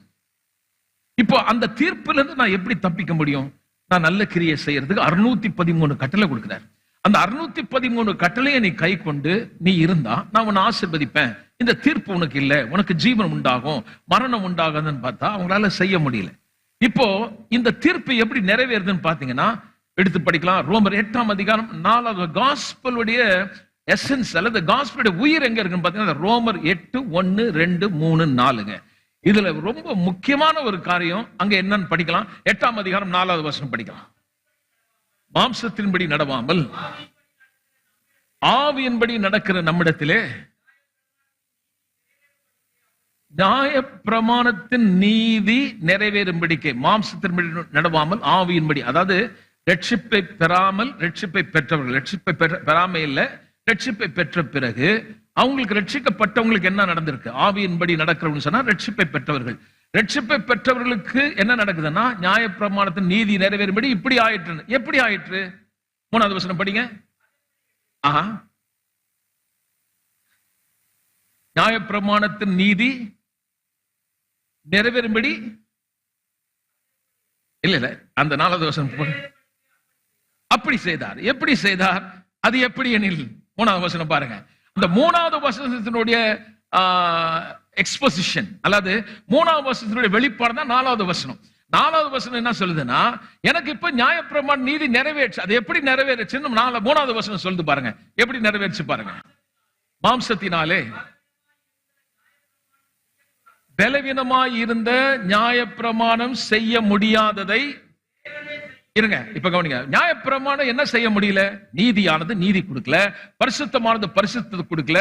நியாயப்பிரமாணம் ஆவிக்குரியது ஆவிக்குரியவனா என்ன மாத்தல, மாம்சத்துக்குரியவனா காட்டுச்சு. நியாயப்பிரமாணம் எது பரிசுத்தமானது என்ன அசுத்தமானவனா காட்டுச்சு. அப்ப அது என்ன செய்ய முடியல. அந்த கட்டளை என்ன பரிசுத்தப்படுத்த முடியல, அந்த கட்டளை எனக்கு நீதியை கொடுக்க முடியல, அது செய்ய முடியல. அது செய்ய முடியாததை தேவனே செய்யும்படி, நியாயப்பிரமாணம் நீதி நிறைவேறும்படி நான் தண்டிக்கப்பட வேண்டிய இடத்தில் இருந்தேனே, என் மேல ஒரு ஆக்கினை தீர்ப்பு இருந்ததே, அதிலிருந்து நான் விடுதலை பெற முடியாத நிலையில் இருந்த நான் அதிலிருந்து விடுதலை பெறும்படி செய்ய முடியாத தேவன் செய்யும்படி ஒரு காரியத்தை செய்தார். என்ன செய்தார் படிங்க. தம்முடைய குமாரனை பாவ மாம்சத்தின் சாயலாகவும் பாவத்தை போக்கும் பலியாகவும் அனுப்பி மாம்சத்திலே, அதாவது என்ன சொல்லுதுன்னா, என்னை உங்களையும் பாவத்திலிருந்து அந்த நாள் வந்த தண்டனையிலிருந்து என்னை நிறைவேற்றி வெளியே கொண்டு வர விடுதலையாக்கும்படி, என்னை போல உங்களை போல ஒரு மனுஷனா வந்து அவர் சரீரத்துல என் பாவத்தை சுமத்தி அந்த பாவத்தை அவர் சரீரத்துல தண்டிச்சிட்டார். அந்த சரீரத்துல பாவம் தண்டிக்கப்பட்டதுனால என்ன நடந்ததுன்னா, நியாயப்பிரமாணத்தின் நீதி நிறைவேறிடுச்சு. நியாயப்பிரமாணத்தினுடைய நீதி நிறைவேறதுனால 1வது வசனம் சொல்லுது, உங்களுக்கு ஆக்கின தீர்ப்பு இல்ல.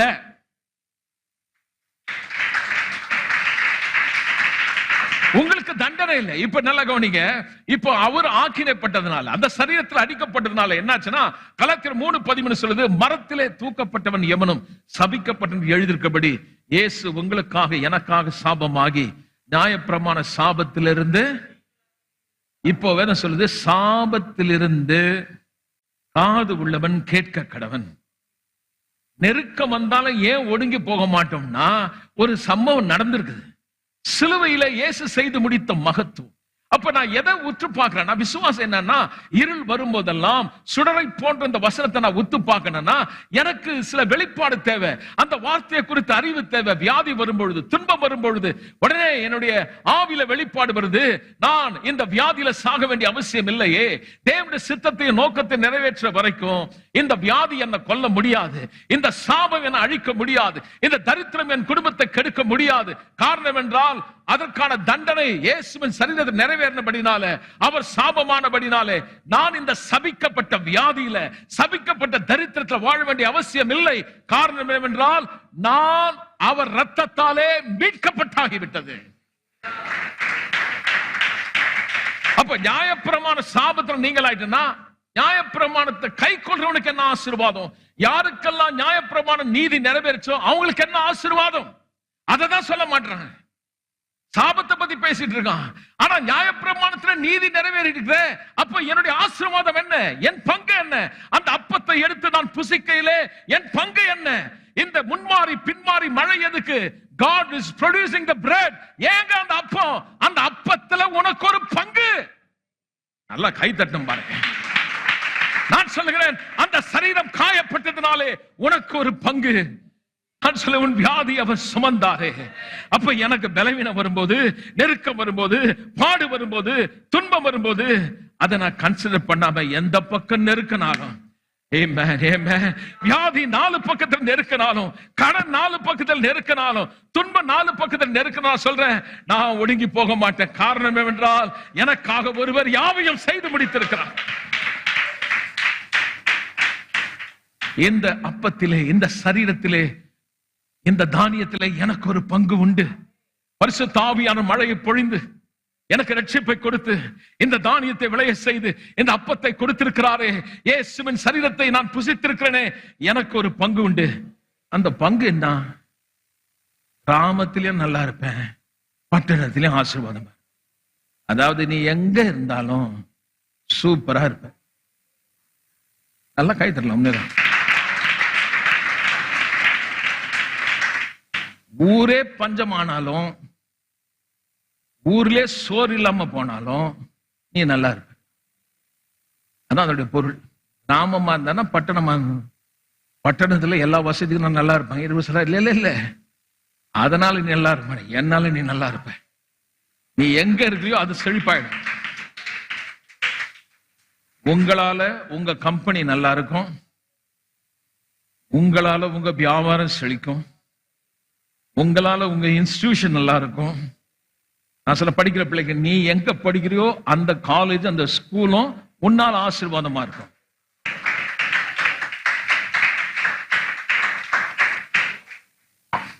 படிக்கிற பிள்ளைங்களை ட்ரில் வாங்குறாங்க. இங்கேயே படுத்துக்கோன்றான், இங்கேயே படுத்துக்கோ, காலைல டிஃபன் நான் கொடுக்குறேன், மத்தியானம் சாப்பாடு கொடுக்குறேன். எதுக்கு? அவ்வளவு நல்லவங்களா அவங்க? சப்போஸ் எவனா தப்பி தவறி ஸ்டேட் லெவல்ல வந்துட்டானா அதுக்கப்புறம் பிசினஸ் ஓஹோன்னு போயிடும். உன் போட்டோ அங்க ஒட்டி ஸ்டேட் லெவல் வந்திருக்குது இந்த ஸ்கூல்ல படிச்ச பிள்ளைங்க, நம்மளுக்கு என்ன நினைக்கிறான்? அவன் படிச்சதை பத்தி யோசிக்கிறது இல்லை. என் பிள்ளையும் போனா அந்த ஸ்கூல்ல போனா படிச்சிருன்னு சொல்லி போய் அட்மிஷன் கேட்டா, இவ்வளவு போன வருஷம் வரைக்கும் 1 லட்சம் ரூபாய் கொடுத்தவன் ஸ்டேட் லெவல் வந்தானா 5 லட்சம் ஒரு சீட்டுன்றான். So they're making money. This is corporate companies work. But I tell you, நீ எங்க இருக்கியோ அது ஆசீர்வதிக்கப்படும். ஸ்கூலா இருக்கட்டும், காலேஜா இருக்கட்டும், இன்ஸ்டிடியூஷனா இருக்கட்டும், மல்டிநேஷனல் கம்பெனியா இருக்கட்டும், ஐடி கம்பெனியா இருக்கட்டும், நீ செய்ற பிசினஸா இருக்கட்டும், நீ எங்க இருக்கிறியோ உன்னால அந்த இடமே ஆசீர்வாதமாயிடும். அதனால நல்ல கவனிங்களேன், எப்பா இப்படி இருக்குன்னு ஆச்சரியப்படுறதுக்கு ஒண்ணும் இல்லை. சில நேரத்துல சொல்லுவாங்க பாருங்க, சாட்சி கொடுப்பாங்க, கர்த்தருக்கு ஸ்தோத்திரம், யாருக்கும் வராது வந்து, ஆச்சரியப்படாத, அது அப்படிதான் நடக்கும். அது சிஸ்டம், அது ஃபங்க்ஷன் ஆகும். ஏன் நீ நல்லா இருப்பனா அது அப்படிதான், அது அவரால் உண்டாகுது. அது விசுவாசிக்கிறதுனால. அப்ப என்னுடைய விசுவாசம் தேவைப்படுது. அப்ப என்ன பண்ணும்? முடியாது, வராது. பாஸ்டர் அங்க சொல்றாரு, நீ எனக்கு நம்புறியா, வருமா அப்படின்னு கேட்டா டக்குன்னு பானையை உடச்சிடணும். பானைய வீட்டு போய் பானையை உடச்சிடாத, உன் எண்ணங்களை உடைக்கணும், எண்ணங்களை கடந்து வெளிப்பாட்டை உயர்த்தணும், தீவட்டியை உயர்த்தி வாயில சொல்லணும், எக்காலத்தை ஓதணும். விசுவாசித்தேன் ஆகையால் பேசினேன், எப்பக்கம் நெருக்கப்பட்டும் நான் ஒடுங்கி போகிறது அல்ல. நான் சொல்றேன், வாழ்க்கையில் என்ன மாதிரி சேலஞ்ச் வந்தாலும் நீங்கள் ஜெயிப்பீர்கள், ஜெயிக்க பிறந்தீர்கள், நீங்கள் ஜெயவான்கள். தோல்வி என்பது உனக்கு இல்லையே.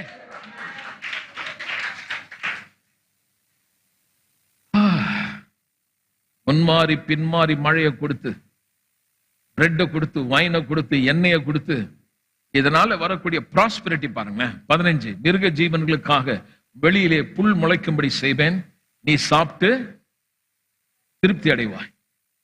கவனன்ட்ல இருக்கக்கூடிய பிளஸிங் என்னன்னா, சாப்பிட்டு நீ ஜம்முன்னு இருப்ப. ஆமென். இப்ப இன்னைக்கு வெறும் பிரெட் தான் பார்த்தோம். அடுத்த வாரம் கொஞ்சம் வைனை குறித்து பார்க்கலாம். ஆமென்.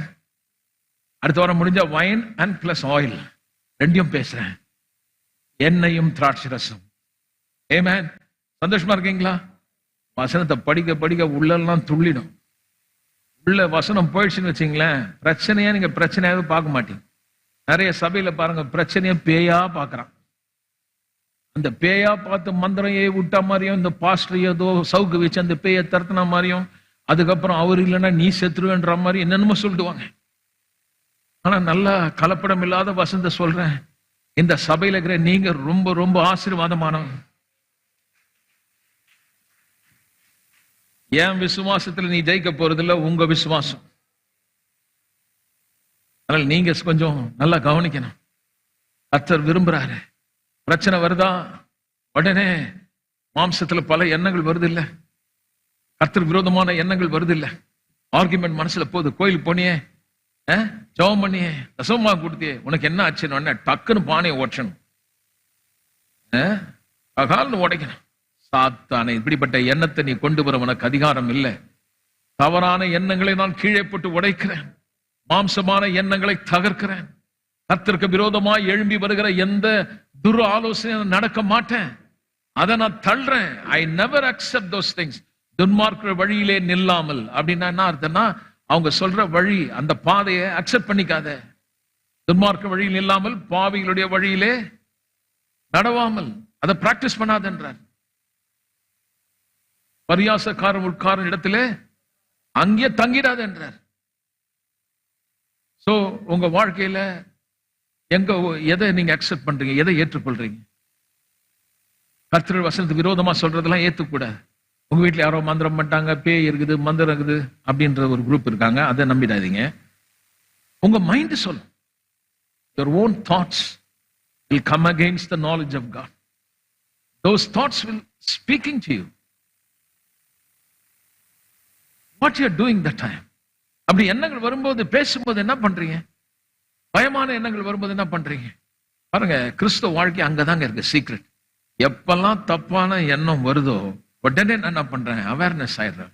நான் உயிர் அடைகிறேன், தெளிவடைகிறேன், தெளிந்த புத்தி ஆகிறேன். இல்லையே, என் தேவன் உண்மை உள்ளவர். ஆமென். முடிக்கிறதுக்கு முன்னாடி சொல்றேன், ஆபிரகாமுக்கு பார்த்தா அந்த உடம்பு செத்து போயிருக்குது, மனைவியோட கற்பமும் செத்து போச்சு. இதுக்கு ஏதாவது குழந்தை பிறக்குமா? பிறக்காது. என்ன பண்ணிட்டான்? இந்த இருளான நேரத்துல சுடர் போல வசனத்தை உயர்த்தி பிடிச்சிட்டான். அவன் சொன்னான், என்ன வேணா இருக்கட்டும். ஆமா, வாஸ்தவம் தான். என் உடம்பு பிரகாரம் என்னால எதையும் கான்ட்ரிபியூட் பண்ண முடியாது, என் மனைவியும் எந்த பக்கத்துல இருந்து எதையும் கொடுக்க முடியாது. ஆனா சொன்னவர் ஒருத்தர் இருக்கிறாரு, அவர் உண்மை உள்ளவர். அந்த காரியம் தான் உங்களுக்கு வரணும். வாழ்க்கையில பிரச்சனை வரும்போது பார்த்தா சாதகமா இருக்காது, ஆனா நீங்க சொன்ன இருக்கட்டும், அது உண்மைதான். வியாதி உண்மைதான், கஷ்டம் உண்மைதான், என் பிள்ளைங்க சரியில்லை உண்மைதான், என் குடும்பத்துல கணவன் சரியில்லை தான், மனைவி சரியில்லை தான், பிரச்சனை தான். ஆனா கூட நான் அதை பார்க்கல. ஒருத்தர் சொல்லி இருக்கிறாரு, உன் பிள்ளைகளுடைய சமாதானம் பெரிதா இருக்கும், உன் கணவனுடைய பிரயாசத்தை நீ சாப்பிடுவ, உன் மனைவி வீட்டோனில் கனிதரும் திராட்சை கொடி போல இருப்பா, நீ கடன் வாங்க மாட்ட, நீ கடன் கொடுப்ப, ஒரு வழியாய் வருகிறவன் 7 வழியாய் ஓடி போவான், நீ செய்வது எல்லாமே வாய்க்கன்னு அவர் சொல்லி இருக்கிறார். இப்ப நம்ம என்ன பண்ண? சொல்லிட்டு சொன்னவர் சொன்னவர் சொன்னவர். காலைல ஒரு அம்மா சொன்னாங்க, உடம்பு ரொம்ப சரியில்லாம இருந்தது, பயந்து போயிட்டேன். கடைசியில் 2வது தடவை செக் பண்ணி சொன்னார், டாக்டர் உனக்கு ஒண்ணுமே இல்லமான்னு. உடனே அவ்வளவு சந்தோஷமா வந்தேன் நாங்க. உண்மைதான், அப்படியே நம்பிட்டாங்க. ஹலோ, அந்த வார்த்தையை நம்பின உடனே உனக்கு சுகமே வந்த மாதிரி இருக்குது. ஏன்னா அந்த அளவுக்கு they are believing. நம்ம கர்த்தர் வார்த்தை எப்படி நம்புறோம்? ஒரு சர்மன் மாதிரி, ஒரு பிரசங்கம், நல்லா பேசினார்ப்பா, அருமையா பேசினா, சூப்பர் பிரசங்கம், அப்படிலாம் ஒரு பிரயோஜனம் வராதுங்க. ஒரு பிரயோஜனம். உள்ள நம்புறீங்களா? கஷ்டமான நேரத்துல உண்மையை நான் உயர்த்தி பிடிக்கிறேன்னா, துன்ப நேரத்துல வீட்டுல சண்டை போடுறேன்னா, இல்ல அதை நிறுத்திட்டு தேவனுடைய வார்த்தையை பார்க்கிறேன்னா? ஒருவருக்கொருவர் சந்தோஷமா இருங்க. கணவன் மனைவி சொல்றேன், மன்னிச்சிடுங்க. சும்மா வீட்டுல சண்டை போட்டுட்டு அதை அப்படியே படம் ஓட்டுற மாதிரி ஓட்டிட்டு இருக்க கூடாது. Just forget, forgive, மன்னிச்சிடுங்க, மன்னிப்பு கேட்டுருங்க, முடிஞ்சு போச்சு. ஹலோ, நல்லா வாழணும். சொல்லுங்க, ஒரு தடவை தான் கணவன் மனைவியா வாழ போறோம். நல்லா வாழுங்களேன். இப்ப யார் வேணான்னா சந்தோஷமா சிரிச்சு எழுந்திருக்கும் போது அப்படியே சிங்கம் மாதிரி எழுந்திரு, கோபமா பேசுறது, எரிஞ்சு விழுறது, நல்லாதான் இருங்களேன். இப்ப என்ன, அந்த முகத்தை கொஞ்சம் மாத்தி கொஞ்சம் சந்தோஷமா. ஹலோ, ஒரு ஆமேன் கூட வரல, அதான் காது குத்திக்க. ஹலோ, நல்ல ஆமேன்னு சொல்லுவோமே.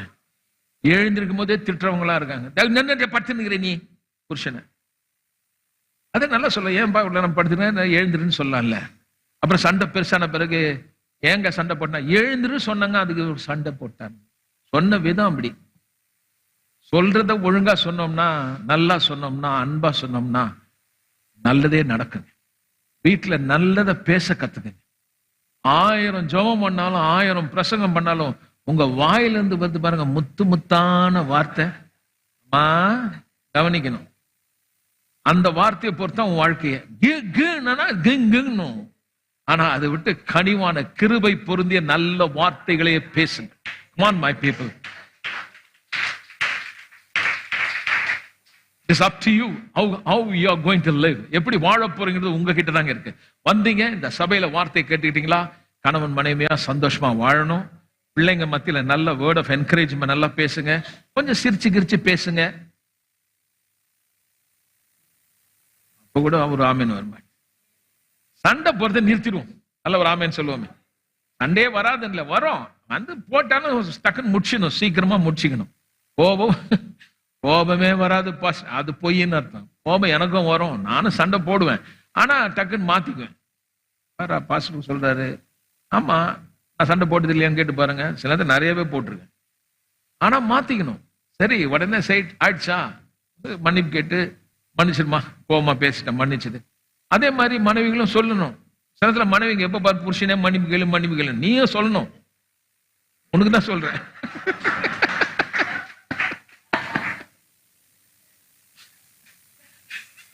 That's a secret, you know that. நல்ல வார்த்தைகளை பேச பேச வாழ்க்கைய ரொம்ப நல்லா இருக்குங்க. நல்ல ஒரு அருமையான நேரத்தை மண்டி இழந்துடாதீங்க. செத்து போன பிறகு என்ன பதராசா இந்த நடிக்கிற வேலையை விட்டுட்டு, அந்த ஆளு உயிரா இருக்கும்போது ராஜான்னு கூப்பிட்டு அப்படின்னு கத்திட்டு, எங்க பெரியமா ஒண்ணு இருந்தது பாருங்க, எங்க அம்மா கூட பிறந்த அக்கா, புருஷன் செத்த பிறகு ஈஷோ எந்த ஈஷோன்னு அழுதுகிட்டே இருக்கு. புருஷன் மேல விழுந்து அழுகுறாங்க. நான் பார்த்து ஆச்சரியம். எனக்கு அப்போ வயசு நினைக்கிறேன் 14 வயசு பாருங்க. என் கசினை கூப்பிட்டு கிடையாது, இந்த அம்மா உண்மையாலுமே இந்த ஆள் மேல இவ்வளவு அன்பா இருந்து நான் பார்த்ததே கிடையாது. இந்த ஆளுக்கு ஏதாவது புரிய போதா, பாடி அங்க கிடக்குது. இந்த ஆள் இந்த அம்மா இன்னைக்கு எல்லாம் அந்த 27 வருஷமும் 28 வருஷம் வாழ்ந்த புருஷன் கூட அந்த சாவுல அந்த 2 ஹவர்ல அன்பை ஊத்துறாங்க. ஆனா அந்த ஆளுக்கு ஒண்ணுமே தெரியல, போட்ட மாதிரியே இருக்கிறார். செத்த மனுஷனை புகழ்றதை விட உயிரா இருக்கிற ஆம்பளை நல்லா பேசியா. அதே மாதிரி உயிரா இருக்கும் போது மனைவியை நல்லா பாரு. அந்த சின்ன சின்ன பிரச்சனை விவாகரத்துக்கு ஓடிடாத. திரும்ப சொல்ற, விவாகரத்து முடிவல்ல, நன்றாய் வாழ்வதுதான் தேவனுடைய சித்தம்.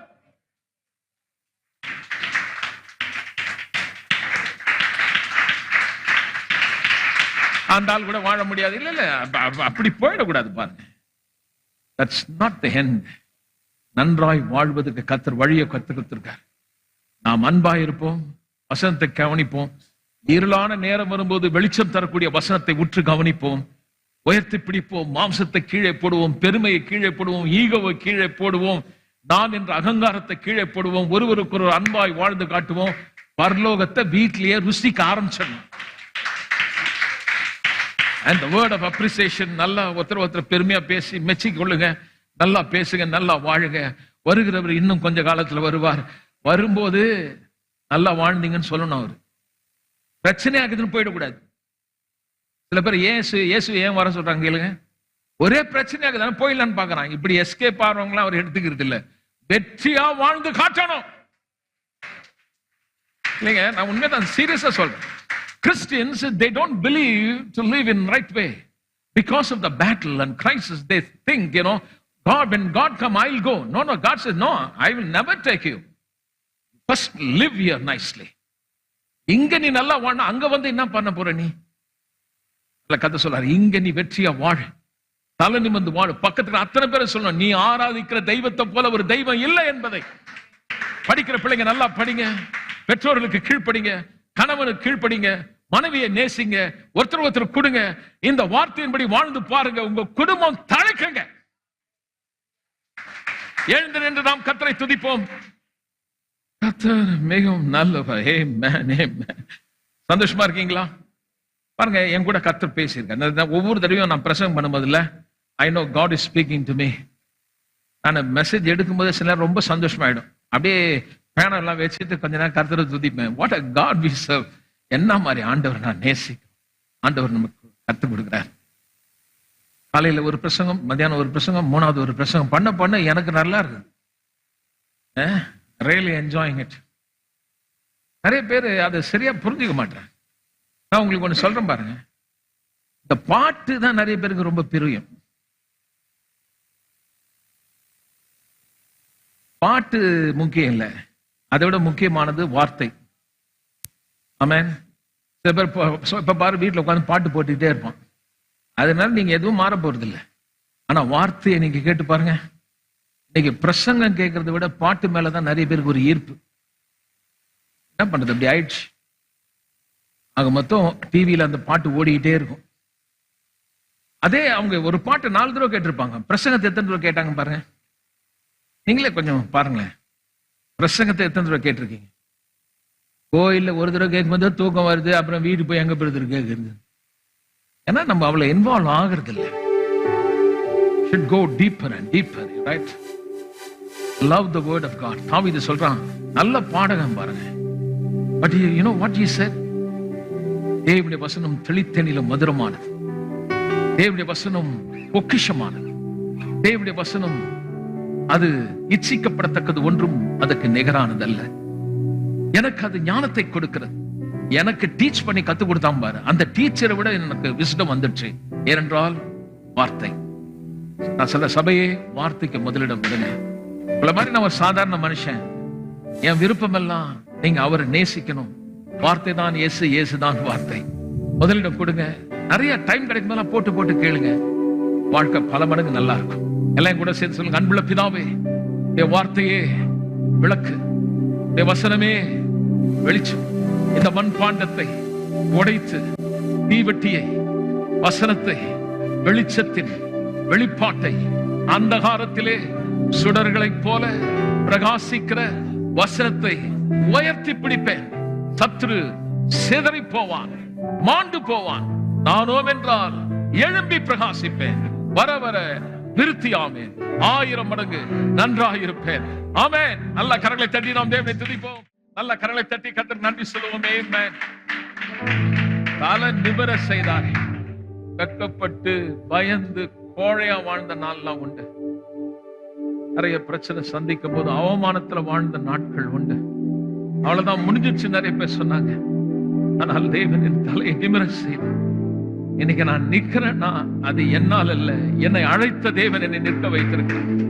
எனக்கு அன்பான நான் சொல்லுகிறேன், எனக்கே செய்தான். அம்மா உண்மையா சொல்றேன், உங்களுக்கு நிறைய செய்வார். அத சொல்றதுக்கு தான் நான் இங்கே நிக்கிறேன்.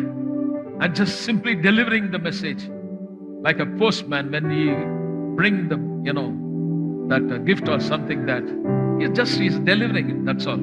Zomato, Swiggy, what they're doing it. You ordered something and they are delivering it. நீங்க கத்துக்கிட்ட என்ன ஆர்டர் போட்டீங்கன்னு தெரியாது. நான் இங்க இருந்து டெலிவரி பண்ணிக்கிட்டே இருக்கேன். நான் உங்களை மாதிரி ஒரு சாதாரண மனுஷன். ஆனா நம்ம தேவன் மிக பெரியவர். நம் தேவன் மிக பெரியவர்.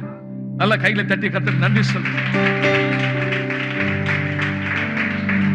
நான் பாஸ்டர் உங்களை ஸ்விக்கி லிஸ்ட்ல கொண்டு வந்துட்டீங்கன்னு நினைக்காதீங்க. இல்ல, நான் உண்மையை தான் சொல்றேன். நான் ஒரு மெசேஜை டெலிவரி பண்றேன். எனக்கு என்ன உரிமை இருக்குதோ அத்தனையும் உங்களுக்கு இருக்குங்க. எந்த விதத்திலும் என்னை விட நீங்க மட்டுமே கிடையாது. இதோ எந்த பெரிய ஆளா பார்க்காதீங்க. நம்ம அப்பா ரொம்ப பெரியவர். நம்ம எல்லாம் ஒரு அவயமா இருக்கிறோம். நான் கையை, நீ காலு, அப்படியே ஒருத்தர் இருக்கணும். ஒரு வேலை கொடுத்திருக்காரு, அவருக்கு வேலை செய்யணும். அதனால பாஸ்டர் நீ டெலிவரி மேன் சொல்லி என்ன மட்டமா பாத்துறாதீங்க. I'm a servant of God. நான் ஊழியக்காரன். அதே நேரத்துல ரொம்ப பெருமையா என்ன நான் பெருமைப்படுத்துறதுக்கு ஒண்ணுமே இல்லை. அதே மாதிரிதான் உங்களுக்கு நான் சொல்றேன், உங்க வாழ்க்கை நன்மை நடக்கும் போது, நீங்க உயர்ந்து வரும்போது பெருமை மட்டும் வரக்கூடாது. எப்பவுமே நம்ம தாழ்மையா நடக்கணும். ஒருத்தர் அன்பா வாழணும். இந்த சபை பேரே ஆகாபே சிட்டி சர்ச், அன்கண்டிஷனல் லவ். ஆமென். கர்த்தர் என்கிட்ட ரொம்ப பேசிக்கிட்டே இருக்காரு. ஒரு பெரிய காரியத்தை செய்ய போறாரு. நான் சீக்கிரமா வாங்க போறேன். கோயம்புத்தூர்ல இடம் ஏக்கர் கணக்குல வாங்க போறேன். அங்க முதியோர் இல்லம், சிறுவர் இல்லம் நடத்த போறோம். மதிய உணவு திட்டம், வரவெல்லாம் சோறு சாப்பிட்டு போலாம். அப்படிப்பட்ட ஒரு திட்டத்தை எனக்குள்ள கொடுத்திருக்காரு. அதை கண்டிப்பா நான் செய்வேன் பாருங்க.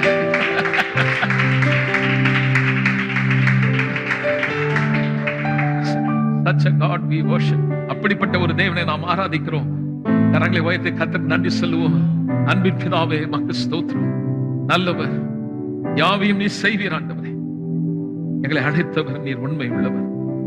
எங்கேயோ கடந்தோம் ஆண்டவரே, குப்பையில இருந்தோம்.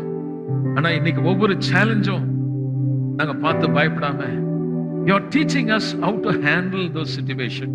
சூழ்நிலையை எப்படி அதை கை கொள்ளணும், என்ன மாதிரி நெருக்க வந்தாலும் ஒடுங்கி போகாம இருக்கணும்னா என்ன பண்ணணும் அப்படின்ற பிரின்சிபலை நாங்க கத்துக்கிட்டு இருக்கோம். நீங்க முதல் காரியம் கத்துக்கிட்டோம், இருளிலே வெளிச்சத்தை தருகிற சுடரை போல பிரகாசிக்கிற வசனத்தை உயர்த்தி பிடிக்கணும். அதுதான் விசுவாசம் பார்த்தோம். பல முறை இருள்ல சம்பவத்தெல்லாம் நாங்க உயர்த்தி பிடிக்கிறோம். நடக்கிறதையும் நடந்ததையும் கடந்த கால அனுபவத்தையும் இருளான சூழ்நிலையில அதை பத்தி பேசுறோம். ஆனா இன்னைக்கு எங்களை டிசிப்ளின் பண்றோம், மாத்திக்கிறோம். அந்த நேரத்தில் வெளிச்சம் போன்ற விளக்கை போன்ற சுடரை போன்ற அந்த வசனத்தை கவனிப்பது எவ்வளவு நலமானது என்று சொல்லியிருக்கிறார். உற்று பார்க்கிறேன், என் பாவம் நீங்கியது, என் சாபம் நீங்கியது, என் வியாதி நீங்கியது. உமக்குள் நான் ஆசீர்வாதமாகி என்னை நிறைத்து விட்டீரே. சந்தோஷமா இந்த இடத்தை விட்டு போகிறோம். தொடர்ந்து ஒவ்வொரு மேலும் ஆசீர்வாதம் இருக்கிற வழி நடத்தும் இயேசுவின் நாமத்தில் பிதாவே. எல்லாம் சேர்ந்து சொல்லுவோம், என் ஆத்துமாவே கர்த்தரை ஸ்தோத்திரி, என் முழு உள்ளமே பரிசுத்த நாமத்தை சத்தமா சொல்லுவோம், என் ஆத்துமாவே கர்த்தரை ஸ்தோத்திரி. கர்த்தராகிய இயேசு கிறிஸ்துவின் கிருபையும் பிதாவாகிய தேவனுடைய அன்பு பரிசுத்த ஆவியானுடைய அன்யோன்ய ஐக்கியம், சந்தோஷம், சமாதானம், சுகமான வாழ்வு, வளம், செழிப்பு உங்க மேல, உங்க பிள்ளைங்க மேல, பிள்ளைகளுடைய பிள்ளைகள் மேல் தலைமுறை தலைமுறையாயிருப்பார். God bless you. Bye bye.